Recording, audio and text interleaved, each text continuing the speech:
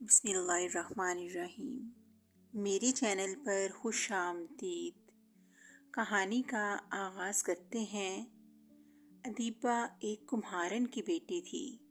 اس کی ماں دن بھر مٹی گارا بنا کر اس کے برتن وغیرہ بنایا کرتی تھی اور شہر میں بیچا کرتی تھی۔ اس سے جو کچھ ملتا بمشکل گھر کا گزارا کرتی تھی۔ ادیبہ کو اس کام سے بڑی چیڑ تھی۔ وہ چونکہ بے حد خوبصورت تھی اس لیے لوگ اسے شہزادی ادیبہ کہہ کر پکارتے تھے۔ وہ اچھے اچھے لباس پہنتی تاکہ لوگ اس کی شان میں کوئی فرق نہ محسوس کریں اور اسے سچ مچ کی شہزادی سمجھیں۔ اس لیے وہ مٹی گارے سے دور ہی رہتی تھی۔ وہ خود کو صرف نام ہی کی نہیں سچ مچ کی شہزادی سمجھتی تھی۔ وہ کہتی ایک دن کسی ملک کا شہزادہ آئے گا اور اسے پسند کر کر اسے بیاہ کر لے جائے گا اور وہ محل میں جا کر ملکاؤں کی طرح راج کرے گی اور پھر اپنی ماں کو بھی لے جائے گی جہاں اسے مٹی گارے سے ہاتھ پاؤں خراب نہیں کرنے پڑیں گے بلکہ وہ ٹھاٹ باٹ سے زندگی بسر کرے گی۔ اس کی ماں اس کی بچگانہ باتیں سن کر ہنس پڑتی اور اسے اکثر سمجھاتی کہ مٹی کے گھروں میں رہنے والے سنگ مرمر کے محلوں کے خواب نہیں دیکھا کرتے۔ مگر ادیبہ ہمیشہ ماں کی بات ایک کان سے سنتی اور دوسری کان سے نکال دیتی تھی۔ وہ یہ کہتی کہ وہ جو خواب دیکھتی ہے ایک دن ضرور پورا ہوگا، بس اسے کسی شہزادے کا انتظار تھا۔ ایک روز ادیبہ خوبصورت لباس پہنے قریبی جنگل میں گھوم رہی تھی کہ اچانک اس کے کانوں میں کسی کے کرانے کی آواز سنائی دی۔ ادیبہ کے کان کھڑے ہو گئے۔ کرانے کی آواز کسی عورت کی تھی۔ ادیبہ نے ادھر ادھر دیکھا لیکن اسے کوئی دکھائی نہ دیا۔ وہ ایک لمحے کے لیے حیران ہوئی کہ کہیں یہ آواز اس کا وہم تو نہیں، لیکن ایک مرتبہ پھر آواز سنائی دی تو وہ پلٹ کر اس طرف دیکھنے لگی جہاں سے اسے آواز آ رہی تھی۔ سامنے گھنی جھاڑیاں دکھائی دے رہی تھیں۔ ادیبہ اس طرف بڑھنے لگی۔ جوں جوں وہ قریب جا رہی تھی کرانے کی آواز واضح طور پر سنائی دے رہی تھی اور پھر جوں ہی ادیبہ نے جھاڑیوں کے پیچھے جھانکا حیرت سے بت بن کر رہ گئی۔ جھاڑیوں کے پیچھے ایک لڑکی زخمی حالت میں پڑی تھی۔ ایسا معلوم ہو رہا تھا جیسے زمین پر زخمی حالت میں پڑی لڑکی کوئی اور نہ ہو بلکہ خود ادیبہ ہو۔ فرق صرف اتنا تھا کہ ادیبہ نے جو لباس قیمتی سمجھ کر پہن رکھا تھا وہ عام سا تھا، جبکہ اس لڑکی نے بدن پر جو لباس پہن رکھا تھا وہ سچ مچ نہ صرف قیمتی بلکہ بے حد خوبصورت تھا۔ اس کے سر پر ایک چھوٹا سا تاج تھا۔ ادیبہ سچ مچ اپنی اس ہم شکل کو دیکھ کر حیران رہ گئی۔ یا الہی، کیا یہ سچ مچ میں ہوں یا میں کوئی خواب دیکھ رہی ہوں؟ ادیبہ حیرت سے بڑبڑائی۔ اس نے اپنے ہاتھ پر زور سے کاٹا۔ تکلیف کی وجہ سے اس کے منہ سے چیخ نکل گئی۔ ارے باپ رے، یہ تو حقیقت ہے۔ تم کیا میں ہوں یا وہ میں ہوں؟ وہ حیرت کی زیادتی سے بولی۔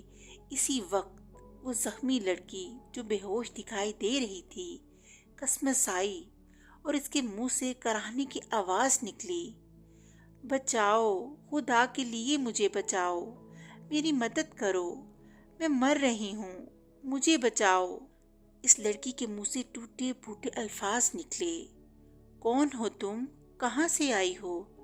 ادیبہ نے جھک کر اسے اشارے سے ہلاتے ہوئے پوچھا، مگر لڑکی مکمل طور پر بے ہوش ہو چکی تھی۔ ادیبہ پریشانی کے عالم میں سوچنے لگی کہ اسے کیا کرنا چاہیے۔ آیا وہ اس لڑکی کو گھر لے جائے یا پھر کسی اور طریقے سے اس کی مدد کرے؟ پھر وہ بھاگتی ہوئی اپنے گھر کی طرف دوڑی۔ اس نے ایک برتن میں تھوڑا سا پانی لیا اور کچھ کھانے کا سامان لیا۔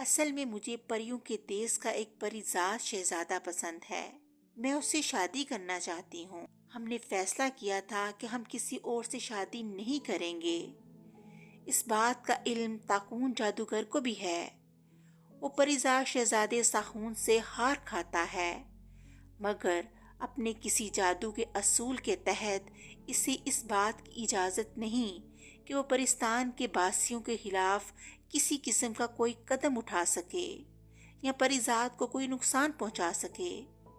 شہزادہ ساہون نے میری حفاظت کے لیے اپنی ایک خاص طلسمی انگوٹھی دے رکھی ہے، جس کی وجہ سے تاکون جادوگر جرت نہیں کرتا کہ وہ مجھے کسی قسم کا نقصان پہنچائے۔ اس انگوٹھی میں یہ خاصیت ہے کہ میں جو چاہوں جب چاہوں روپ بدل سکتی ہوں۔ اصل میں اس انگوٹھی کی بدولت میں کسی نہ کسی پرندے کا روپ دھار کر پریوں کے دیس میں شہزادے ساہون سے ملنے جاتی ہوں۔ بہرحال ایک روز مجھے شہزادہ ساہون کے ایک طلسمی پرندے نے اطلاع دی کہ شہزادہ ساہون بے حد بیمار ہے۔ اس کی بیماری کا سن کر میں بڑی پریشان ہوئی۔ میں نے فوراً طلسمی انگوٹھی پہن کر اپنا روپ بدلا اور شہزادہ ساہون کو دیکھنے کے لیے ایک چڑیا بن کر پریوں کے دیس کی جانب اڑنے لگی۔ شہزادہ ساہون کی بیماری کا تاکون جادوگر کو بھی علم ہو چکا تھا۔ وہ جانتا تھا کہ شہزادہ ساہون بیمار ہے اور وہ میری مدد کو کسی بھی صورت نہیں آ سکتا۔ یہ سوچ کر وہ ایک عقاب کے روپ میں میرے پیچھے لگ گیا۔ میرے قریب پہنچ کر اس نے مجھے اپنے پنجوں میں دبوچنا چاہا۔ اتنے بڑے عقاب کو دیکھ کر میں ڈر گئی اور تیزی سے دوسری طرف اڑنے لگی، مگر عقاب بار بار مجھ پر چپٹ رہا تھا۔ کئی بار اس کے پنجوں میں آتے آتے بچی۔ اس کے تیز دار پنجوں نے مجھے زخمی کر ڈالا۔ مجھے اپنی موت یقینی نظر آ رہی تھی۔ میں ایک چڑیا کے روپ میں تھی، اس لیے فضا میں اپنا روپ نہیں بدل سکتی تھی۔ اس کے لیے میرا زمین میں آنا ضروری تھا۔ میں نے سوچا کہ اگر میں نے اپنا روپ نہ بدلا تو یہ عقاب مجھے ہرگز زندہ نہ چھوڑے گا۔ یہ سوچ کر میں نے غوطہ لگایا اور کسی طرح اس عقاب سے بچتی بچاتی زمین پر آ گئی اور ان جھاڑیوں میں چھپ گئی، اور میں نے اپنا اصل روپ اختیار کر لیا۔ پرندے کے روپ میں مجھے اپنے زخموں کا اتنا احساس نہ ہوا تھا، مگر انسانی روپ میں آتے ہی مجھے شدید تکلیف محسوس ہوئی۔ مجھ میں اتنی ہمت نہ تھی کہ تاکون جادوگر کے خوف سے ان جھاڑیوں کے پیچھے سے نکلتی۔ میں یہیں پڑے پڑے بے ہوش ہو گئی۔ اس کے بعد کیا ہوا یہ تم مجھ سے بہتر جانتی ہو۔ شہزادی ارجمن یہ کہہ کر خاموش ہو گئی۔ اوہ، حیرت انگیز، بڑی عجیب و غریب کہانی ہے شہزادی صاحبہ۔ آپ ایک انسان ہو کر ایک پریزاد شہزادے سے محبت کرتی ہیں۔ اب آپ کیا کریں گی؟ اگر وہ جادوگر یہاں پھر آ گیا تو؟ ادیبہ نے پریشان نگاہوں سے اوپر دیکھتے ہوئے کہا، جیسے اسے شک ہو مبادا تاکون جادوگر اسے ہی شہزادی ارجمن سمجھ کر لے جائے گا۔ گھبراؤ نہیں، تاکون جادوگر میری تلاش سے مایوس ہو کر واپس جا چکا ہے۔ وہ اگر یہاں آیا تو اس طلسمی انگوٹھی کی وجہ سے مجھے فوراً پتہ چل جائے گا۔ شہزادی نے اسے تسلی دیتے ہوئے کہا، نہیں نہیں شہزادی صاحبہ، یہ بات نہیں، میں تو آپ کے بارے میں پریشان ہو رہی تھی۔ بہرحال آپ نے بتایا نہیں، اب آپ کیا کریں گی؟ آپ کے زخموں پر تو مرہم پٹی کر دی ہے، مگر ابھی آپ کے زخم ایسے نہیں کہ آپ چل پھر سکیں۔ کیا اب آپ پھر کسی پرندے کا روپ دھاریں گی اور واپس اپنے ملک میں جائیں گی؟ ادیبہ نے جلدی سے پوچھا۔ ہاں، میں ایک پرندے کا روپ دھاروں گی، مگر اب میں اپنے وطن نہیں جاؤں گی، بلکہ میں تاکون جادوگر کے محل میں جاؤں گی، اور جب تک میں تاکون جادوگر کو ہلاک نہ کر دوں اس وقت تک میں اپنے ملک واپس نہ جاؤں گی اور نہ ہی شہزادہ ساہون سے ملوں گی۔ شہزادی ارجمن نے سوچتے ہوئے کہا، کیا کہا؟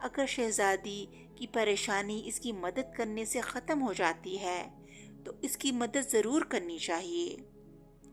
شہزادی ارجمند نے ماں کا بہت بہت شکریہ ادا کیا اور وعدہ کیا کہ وہ ادیبہ کی خود حفاظت کرے گی۔ اگر تاکون جادوگر نے اسے کسی قسم کا نقصان پہنچانے کی کوشش کی تو وہ خود سامنے آ جائے گی اور ادیبہ پر ہلکی سی آنچ بھی نہ آنے دے گی۔ ادیبہ آپ کی ضرور مدد کرے گی۔ پھر شہزادی نے کہا، ادیبہ، سب سے پہلے ہمیں واپس اپنے محل میں پہنچنا ہے۔ میرے بابا اور ملکہ یالیہ میرے بارے میں بہت پریشان ہوں گے۔ میں انہیں بتلائے بغیر شہزادہ سخون سے ملنے نکل پڑی تھی۔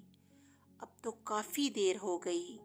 اگر انہیں میری گمشدگی کا علم ہوا تو وہ بے حد پریشان ہوں گے۔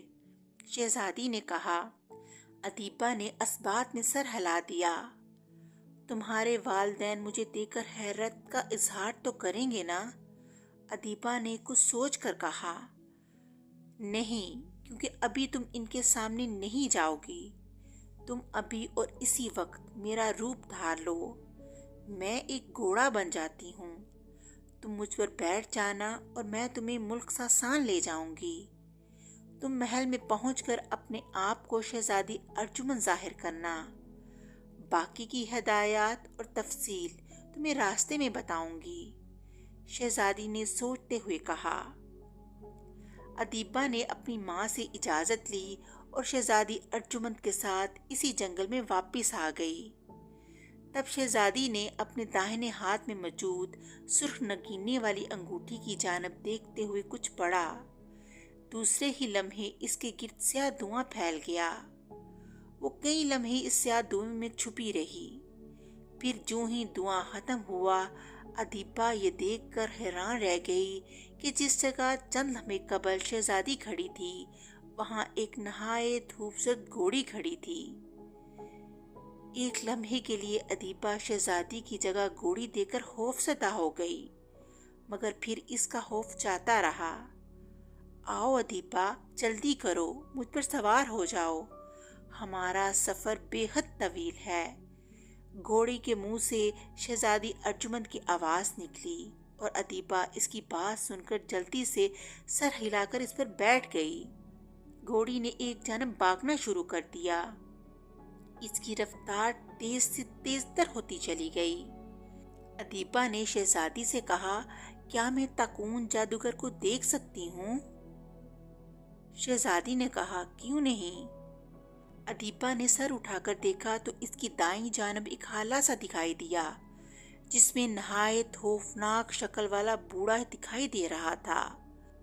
ادیبہ اور شہزادی باتیں کر رہے تھے کہ اچانک شہزادی کے منہ سے پریشانی کے عالم میں چیخ نکلی۔ کیا ہوا؟ ادیبہ نے جلدی سے پوچھا۔ ادیبہ بہن، تاکون جادوگر کو غالباً ہماری حقیقت کا علم ہو گیا۔ مجھے طلسمی انگوٹھی نے بتایا ہے کہ وہ ایک طلسمی گولے کے سامنے بیٹھا نہ صرف ہمیں دیکھ رہا ہے بلکہ ہماری باتیں بھی سن رہا ہے۔ شہزادی ارجمند نے نہایت پریشانی کے عالم میں کہا۔ اوہ، یہ تم کیا کہہ رہی ہو؟ ادیبہ بھی پریشان ہو گئی۔ میں درست کہہ رہی ہوں، اس نے ہم پر سحر کر دیا ہے اور ہم اپنے محل میں نہیں بلکہ جادوگر کے بودغار کی سمت جا رہے ہیں۔ میں رکنے کی ہر ممکن کوشش کر رہی ہوں لیکن میرے قدم میرا ساتھ نہیں دے رہے، شہزادی نے نہایت پریشانی کے لہجے میں کہا۔ خوف سے ادیبہ کا چہرہ دھواں ہونے لگا۔ شہزادی کی رفتار انتہائی حد تک تیز ہو گئی اور وہ رستہ بدل کر دوسری جانب بھاگنے لگی، اور پھر ادیبہ پر غنودگی کفیت طاری ہونے لگی، اور پھر غنودگی کے عالم میں سامنے دیکھا۔ اسے ایک عجیب و غریب پہاڑ نظر آیا۔ پہاڑ میں ایک بہت کھلے منہ والی غار دکھائی دی۔ اس غار کا منہ کسی خوفناک بھوت کے کھلے ہوئے منہ جیسا تھا۔ اس کے دو بڑے بڑے دانت دکھائی دے رہے تھے اور ناک کی جگہ ایک سوراخ تھا، جبکہ آنکھیں بڑی بڑی اور گول تھیں جو پتھر کی مانند سیاہ نظر آ رہی تھیں اور ادھر ادھر گردش کر رہی تھیں۔ اگر ادیپا پر غنودگی کی کیفیت طاری نہ ہوتی تو وہ اس بھیانک شکل والے غار کو دیکھ کر خوف سے بے ہوش ہو جاتی۔ گھوڑی اس راستے پر بھاگتی ہوئی غار میں داخل ہو گئی۔ جوں ہی وہ غار میں داخل ہوئی، بھوت نما غار کا منہ خود بخود بند ہو گیا۔ غار میں بے حد اندھیرا تھا۔ گھوڑی یعنی شہزادی اس کے باوجود ادیپا کو لیے نہایت تیزی سے اس غار میں دوڑ رہی تھی۔ اسے یوں محسوس ہو رہا تھا جیسے کوئی اسے اندر کی طرف دھکیل رہا ہو۔ اچانک اس کو ایک جھٹکا لگا اور وہ گر پڑی، اور اس کے ساتھ ہی اس کے اوپر بیٹھی ادیپا بھی نیچے جا گری۔ گھوڑی اب اپنی اصل شکل میں آ چکی تھی۔ وہ جس جگہ کھڑی تھی وہ نہایت عجیب و غریب اور خوفناک جگہ تھی۔ کمرے کی دیواریں خون سے رنگی ہوئی تھیں۔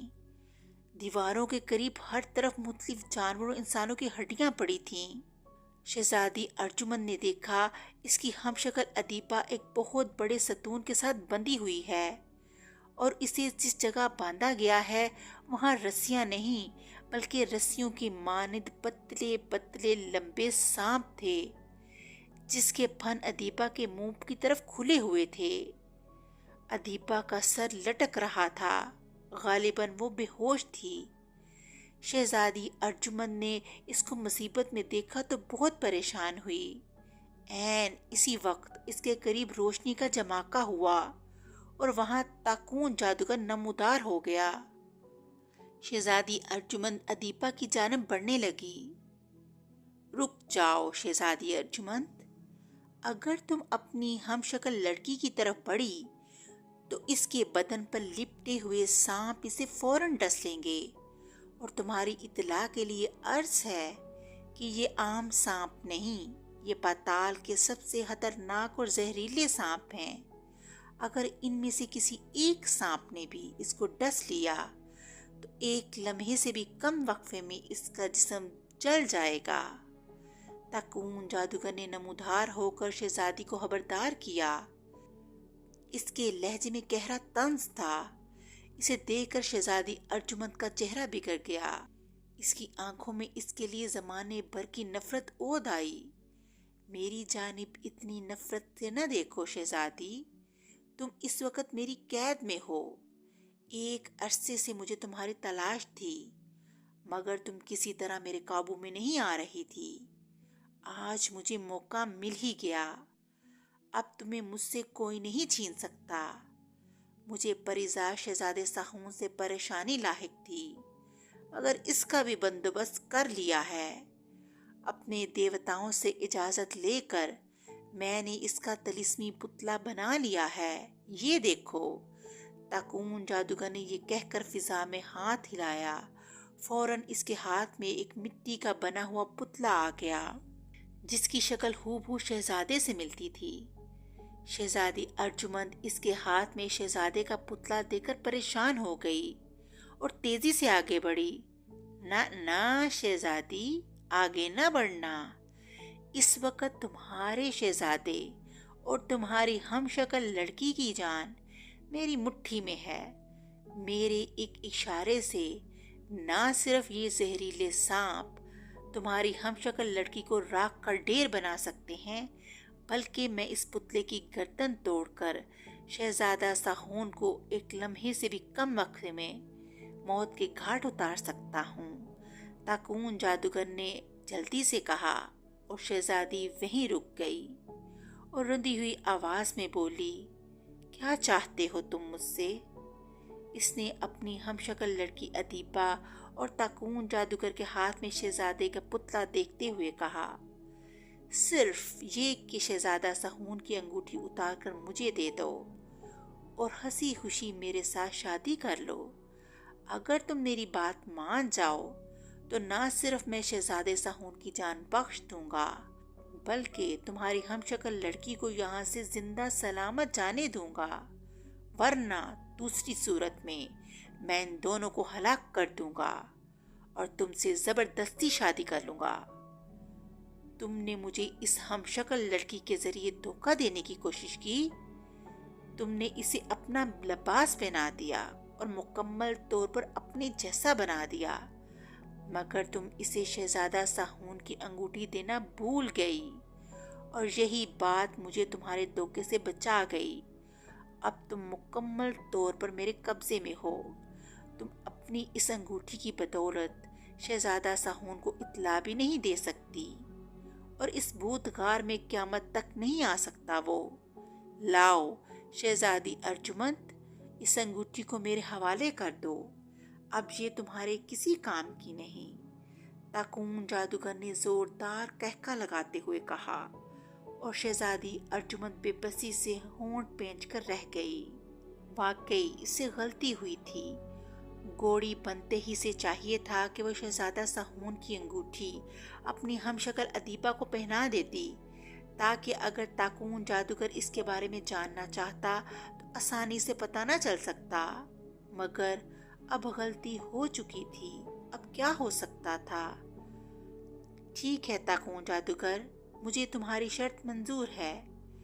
میں یہ انگوٹھی تمہارے حوالے کر دوں گی اور تم سے شادی بھی کر لوں گی، مگر اس سے پہلے کہ میں انگوٹھی تمہارے حوالے کروں، تم کم از کم میری ہم شکل لڑکی کے جسم پر لپٹے ہوئے سانپ ہٹا دو اور اسے ہوش میں لے آؤ۔ میں اس سے ایک ضروری بات کرنا چاہتی ہوں، اس کے بعد میں انگوٹھی تمہیں دے دوں گی۔ شہزادی نے کچھ سوچتے ہوئے کہا۔ تاکون جادوگر سے مخاطب ہو کر تھکے تھکے لہجے میں کہا، جیسے وہ واقعی تاکون جادوگر کی طاقت سے معروب ہو گئی ہو۔ تاکون جادوگر نے غور سے اس کی جانب دیکھا، لیکن اسے شہزادی ارجمند کے چہرے پر سوائے بے بسی کا کچھ نظر آیا۔ تب اس کے چہرے پر مسکراہٹ ابھر آئی۔ ٹھیک ہے، میں ابھی ان سانبوں کو غائب کر دیتا ہوں، اس نے کہا اور مڑ کر ادیبہ کی جانب دیکھنے لگا۔ اس نے کوئی منتر پڑھا اور ادیبہ کی جانب پھونک دیا۔ فوراً ہی ادیبہ کے جسم پر چمٹے ہوئے سانپ غائب ہو گئے۔ لو، اور تاکون جادوگر شہزادی ارجمند کی طرف مڑ کر کچھ کہنے ہی لگا تھا کہ اسے زوردار جھٹکا لگا۔ وہ زوردار دھکا کھا کر الٹ کر گر پڑا۔ اسی وقت تیز پھڑپھڑانے کی آواز کے ساتھ اس پر ایک بڑا سا پرندہ چپٹ پڑا۔ اس کے ہاتھ پر پنجے مارتا ہوا اس کے ہاتھ سے شہزادہ ساہون کا پتلا لے کر ایک طرف اڑ گیا۔ تاکون جادوگر بکھلا کر بجلی کی سی تیزی سے اٹھ کھڑا ہوا۔ اس نے غصیلی نگاہوں سے پرندے کی جانب دیکھا۔ اسی وقت اس پرندے نے زمین پر لوٹ لگائی اور فوراً شہزادی کا روپ دھار لیا، جس کے چہرے پر ایک فاتحانہ مسکراہٹ رقص کر رہی تھی۔ شہزادی نے موقع سے فائدہ اٹھا کر طلسمی انگوٹھی سے ایک پرندے کا روپ دھار لیا تھا اور پرندہ بن کر تاکون جادوگر سے ٹکرا کر اسے نیچے گرایا اور اس سے شہزادہ ساہون کا پتلا چھین لیا۔ دھوکہ، دھوکہ، تم نے میرے ساتھ دھوکہ کیا ہے شہزادی، تاکون جادوگر اس کی جانب دے کر غضبناک انداز میں غرایا۔ محبت اور جنگ میں سب کچھ جائز ہے تاکون جادوگر، تم نے ایک چال چلی اور مجھے اور میری ہم شکل لڑکی کو اپنی بود غار میں بلا لیا، اور اب میں نے چال چلی اور شہزادے کا پتلا حاصل کر لیا۔ شہزادی، تمہیں بہت خمیازہ بھگتنا پڑے گا، تاکون جادوگر غرایا۔ اس نے دونوں ہاتھ گول کر کے شہزادی کی جانب جھٹکے۔ اس کی ہتھیلی سے آگ کے شعلے نکلے، شہزادی کی جانب لپکے، مگر شہزادی پرندہ بن کے اڑ گئی۔ تاکون جادوگر کا وار خالی گیا۔ پھر اس نے جادو سے طلسمی شیر نمودار کیا۔ اس بدبخت شہزادی کو پکڑ لو، اسے ٹکڑے ٹکڑے کر دو، تاکون جادوگر نے شیر کی جانب دیکھ کر کہا۔ شیر نے ایک خوفناک دھار ماری اور خوفناک انگارے جیسی نگاہوں سے شہزادی کی طرف دیکھا۔ شیر کو دیکھ کر شہزادی ارجمند بھی طلسمی انگوٹھی کی بدولت ایک بپھری ہوئی شیرنی کا روپ دھار لیا۔ ان دونوں کی آپس میں بے حد لڑائی ہوئی اور شیرنی نے شیر کو ہلاک کر دیا۔ اسی وقت ادیبہ کو ہوش آ گئی۔ وہ اس عالم میں دیکھ رہی تھی کہ شہزادی کس طرح بہادری سے لڑ رہی ہے